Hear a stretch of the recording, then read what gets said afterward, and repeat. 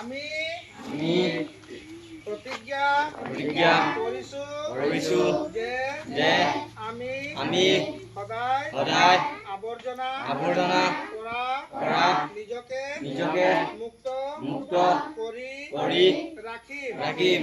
নিজৰ ঘৰ, নিজৰ বিদ্যালয়, নিজৰ গাঁওখন সকলোকে আৱৰ্জনা মুক্ত কৰি সুস্থ বাতাবৰণ সৃষ্টি কৰিম। নিজৰ বিদ্যালয় আৰু ঘৰত প্লাষ্টিকৰ ব্যৱহাৰৰ পৰা নিজকে বচাই ৰাখিম।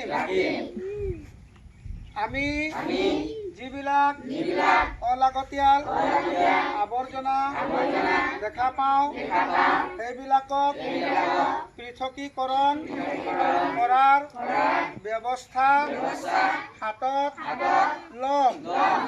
আমি নিজৰ লগতে নিজ কণ ভাই বন্ধুসকলক আমি সচেতনতা বৃদ্ধি কৰিম।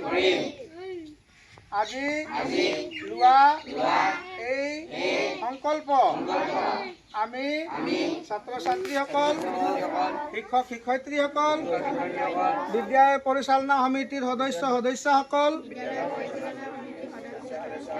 সকলোৱে পালন কৰি যাম বুলি সংকল্পবদ্ধ হ'লো।